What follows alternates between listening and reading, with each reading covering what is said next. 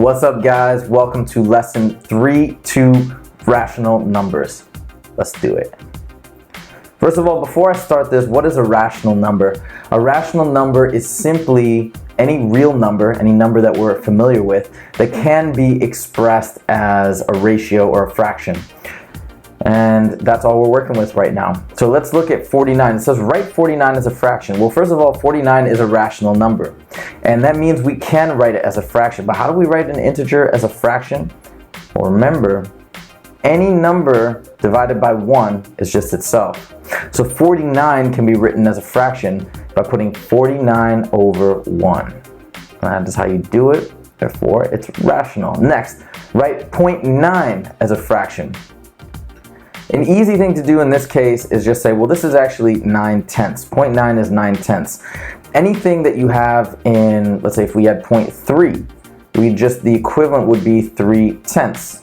If we had 0.7, the equivalent is 7 over 10. So 0.9 we simply write as 9/10. It's 9 out of 10. That is 0.9 as a fraction. Next, this one's a little tougher. Now, I'm going to show you the way that I've always been taught to convert repeating decimals into fractions. It looks a little tricky, it's not that bad. So we got negative, let's ignore the negatives for now, because remember, all we got to do is put the negative back in at the end and we're good to go. So we know that 10.74 repeating equals some number, equals n, some fraction, okay? That's all we need to know right now. What we're gonna do next is we say we got 2 repeating decimals. So if we had 1 repeating decimal, we're gonna use 10. We have 2, we're gonna use 100. I'm gonna show you why in a second. And we're gonna do then, we're gonna set up another equation on top here that says 100 times n, whatever this fraction is, that's just a variable representing our fraction, equals. And then what we do is, since this equals the original number, this equals 100 times that equals 100 times this. Well, 100 times any number just means we shift the decimal down 2 spots, just like that. So if we shift the decimal down 2 spots, just like that, that means this becomes 10, 0, 0, right? Becomes 1,000. Oh no, excuse me, I'm sorry. I forgot something here. Not 1,000. It becomes 1,000, and then the decimal actually goes boom, boom, like that. So it becomes 1,074.74. Now this 74, that bar again indicates that it repeats 74, 74, 74. So all we did is we just shifted it up by 2 spots. By multiplying by 100, we moved the decimal over by 2 spots, and now we've got 1074.7474. So these guys are equivalent. Let me write it out so it's lined up a little bit better. So we got 100n over n equals, we got 10,074.74 repeating, and then equals 10.74 repeating. Now, why did I do this? Because what we're going to do next is we're going to do a little subtraction. Okay, we're gonna subtract both sides, and you're gonna see why this is pretty cool. So what's 100n minus n? Well, what's 100 apples take away 1 apple? It's 99 apples. So we got 99n. Now this is the interesting part. How do we do a subtraction problem when we have an infinite amount of decimals going on and on and on and on forever? Well, the cool thing is the top part also has an infinite amount. So when we subtract this, these 7 4s are all lined up. We subtract one from the other, even though they're infinite, they just all go to 0. Boom, done. So the infinite part is gone, and that's what we wanted to get rid of, that infinite part. Now we just do regular subtraction. What's 4 minus 0? 4. 7 minus 1 is 6. 0 and 1. So guess what? 99 times n equals 1,064. We don't even need this. But what's the fraction? Well, now all we have to do is isolate n, and that means doing the opposite of multiplying. We divide both sides by 99. It's an inverse operation. This is classic variable isolation. Why do we do this? Because 99 divided by itself is 1. And 1 we don't care about, because 1 times n is just n.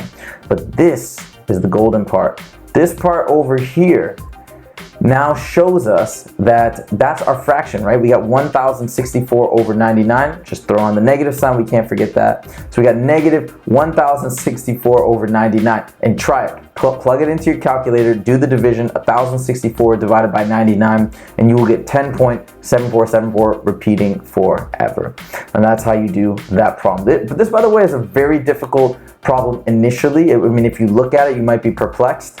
But if you now follow these steps every time with the multiplication, the shifting, the lining up of those repeating decimals to eliminate them, it's going to make a lot of sense. And let's go on to the last two problems. Next, we say this crazy number, 3.141516, identify all sets to which this number belongs. Now, if we look at this number, even if we assume it's going to, we don't actually know what's coming next. We can sort of assume that there is somewhat of a repeating pattern, but we don't even know for sure. Because we don't know how this is going to progress, maybe next is 1.7, maybe next is 1.8, but we're not totally sure because it's not repeating. We cannot express this as a fraction. We just can't, because we don't know what's going to come next. With repeating, we can, as I showed you previously. Because of that, all right, while this is a real number, the next category down is either rational or non-rational.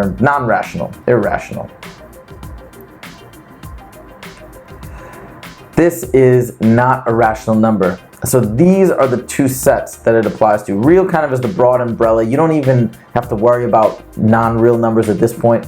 We're not dealing with them. So this is an irrational, I should write irrational, not non-rational, an irrational number. And those are the two categories. All right, let's finish up with this guy. We're ordering from least to greatest. Now, in my opinion, you can either convert these decimals to fractions or the fractions to decimals. I think it's easier to convert fractions to decimals. So first, and they're all positive, which is a little nicer. So let's first convert this 4/5 to a decimal. Again, carry out the division problem. We got 4 divided by 5. That doesn't go in. Let's change this with the 0. And remember, we can always do that. We can always add 0, 0, 0, it doesn't matter. How many times does 5 go into 40? And bring that decimal up, can't forget that. Goes in 8 times. So guess what? We got no remainder, we're done. 4/5 is 9.8. What about 11/13? Let's see if we can get some room here. It'll be a little longer. 11 divided by 13. Doesn't go in the first time. I'm gonna do this a little faster. I know this is 8, so we got 0.8. 8 times 13 happens to be 104. It's just a little mental math. 8 times 10 is 80. 8 times 3 is 24, and you add them. Let's do a little subtraction. 110 minus 104 is 6. Let's bring down a 0. We wanna keep going. Bring down a 0, right? We can keep adding zeros ad infinitum. How many times does 13 go into 60? Well, I can tell you mentally, if we do 5 times 13, it's 5 times 10 is 50, plus 5 times 3 is 15. That's too big, right? That's 65. It's gotta be 4. So 4 times 13 ends up being 52. Bring down, now we got an 8. Now we could keep going, but it doesn't matter. Why? Because we already got these two numbers, 9.82, and this one's gonna be at least 9.84. ... something, something, something. It's going to go on forever. Or maybe not, actually. We got to carry it out to see. But it's at least going to be 9.84, which is larger than this guy. So now we got all the numbers. We got 9.79 repeating. And that's smaller than 9.8, right? 9.8 has a larger digit in the 10th spot. So this would be our first number right here. Then we go to 9.8, which would be this one. Our second number, because it's got just zeros after that. Then we've got our third number over here, 9.82, notches it up a little bit. And finally here we got 9.84, ... whatever comes next, but it's larger, and that is 4, and done.